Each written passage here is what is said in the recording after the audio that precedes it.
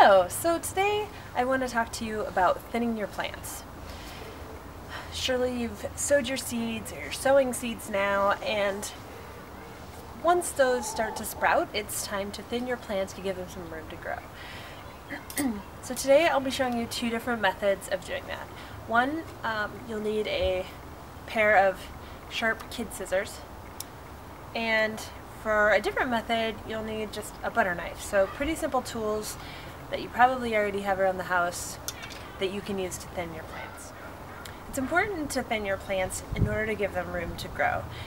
It feels a little sad at first, like you're sacrificing these seedlings that have finally sprouted, but in the long run you'll be really happy you did, because it's going to give the plants that you leave in the ground room to grow, and you'll end up with a better harvest in the long run. Okay, so the first thing we need is a little bit of Plant Anatomy 101.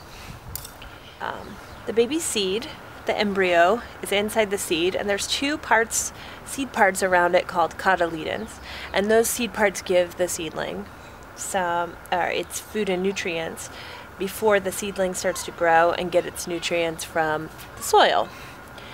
So the first two parts that sprout that look like leaves are actually come from the cotyledons, and the next set of leaves are actually its first true leaves. So if you see anything in a garden book that talks about their first true leaves, it's talking about that first set that will actually have a set of leaves that look like the plant. So these are spinach seedlings. Spinach does not typically look like this. These are all actually part of those cotyledons.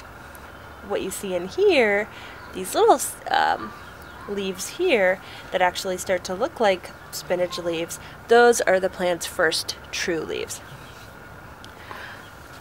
It's best to wait to thin until it's gotten its first true leaves. And I say that because that way you can tell which plant is looking the healthiest, the strongest, and then we can thin the ones around that and keep that strong plant, especially if you're using this scissor method. When I've had a really busy schedule and I haven't been sure that I can get to thin, that I will have time later in the week to thin my plants, I have definitely thinned them when only these first cotyledon leaves have sprouted, and that's totally fine, and it works. It's just better, I think, as a general rule, to wait until it has at least its first true leaves. That can be especially helpful with a plant that's super small, like lettuce leaves. Those sprouts are so small, it's easier to thin when you let them get a little bit bigger. Also, with a plant like rainbow chard, which has a variety of seeds, different chard plants of different colors. If you thin too soon, you might not be able to tell what color it's going to be, and then won't give yourself a variety of plants. So if you wait until they're a little bit bigger, you can tell by their stems if it's a red chard plant or yellow, white, and then you can thin based on color in order to give yourself a little bit of plant variety in there. So these seedlings, as you can tell, they're ready to be thinned. And using the square foot method, I've planted the seedlings where I want the plants to stay, and so that they will have enough space. So in here I plant about 9 spinach plants per square. So I planted the seeds where I want the plants to be. They're already spaced the way I want them to, but I need to thin these out, because as you can see, there's 3 spinach plants growing in the same spot. That is too crowded. What I want is one here, one here, one here, one here. You get the idea. So, one method, scissors. Super easy. This is what I did for years. And honestly, if I don't have time to do something with the seedlings or to transplant them, I just use the scissors. Like I said, you can eat the seedlings, so it's a pretty good deal. So all I do is look for the one that looks the healthiest, no yellow, the stem looks good, and I just kind of clear away just a little bit so I can see the stem, and I trim that off. And I'm gonna get the one around it. I got that. And then sometimes I'll give this just a little bit push down so it's more firm in there. And now I have just one spinach plant. So I can continue over here. These leaves are a lot bigger, so I'm going to thin this plant. Now there's only one in that spot. So these I can put into a salad and eat later. The other method allows you to transplant the seedlings so that you're not wasting them, although they will get eaten. It just requires a little bit more finesse.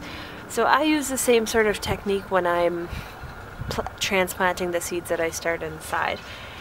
You want to hold them by this leaf seed part instead of grabbing it at its stem, because it's really easy to crush the delicate stems, and that's how it's drawing all of its water and nutrients up to the other parts of the plant. So if we damage the stem, we'll be compromising the whole plant and maybe causing it to not survive. So what I'm going to do is just put my knife in there, and I just want to bring up this whole little clump. Kind of the downside to this, or the benefit of doing with the scissors, is that I'm not disturbing the root system because I'm just cutting away the plants around it and I'm leaving it there. This way, obviously, I am disturbing the root system, so I have to be really delicate.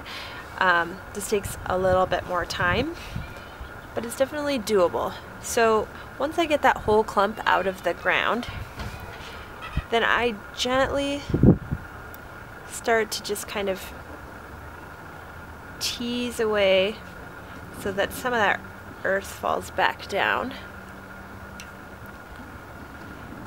And then with my thumb and forefinger, oh, that one just pulled away. So there's one seedling that I could replant, and I'll show you how to do that in a minute.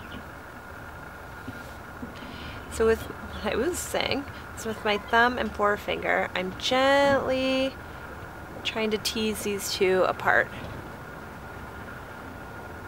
And that happened really easily. Again, you want to be looking at the seedlings that look the strongest and replant those.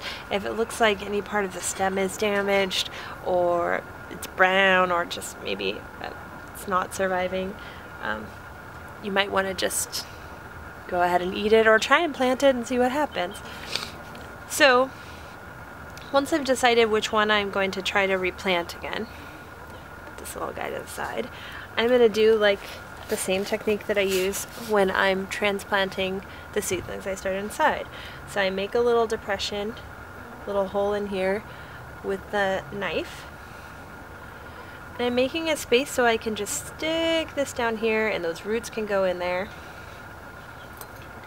And once it's there, then I gently push that soil in around the stem, and I'm pushing it down just a little bit so that it gets good soil to plant contact.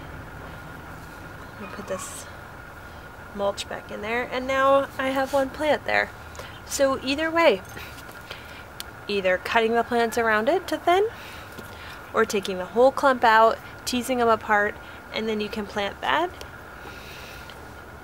And now I have another spinach seedling that I can plant somewhere else. And just in case you didn't want to take my word for it, here is a square of spinach that I thinned in using the scissor method.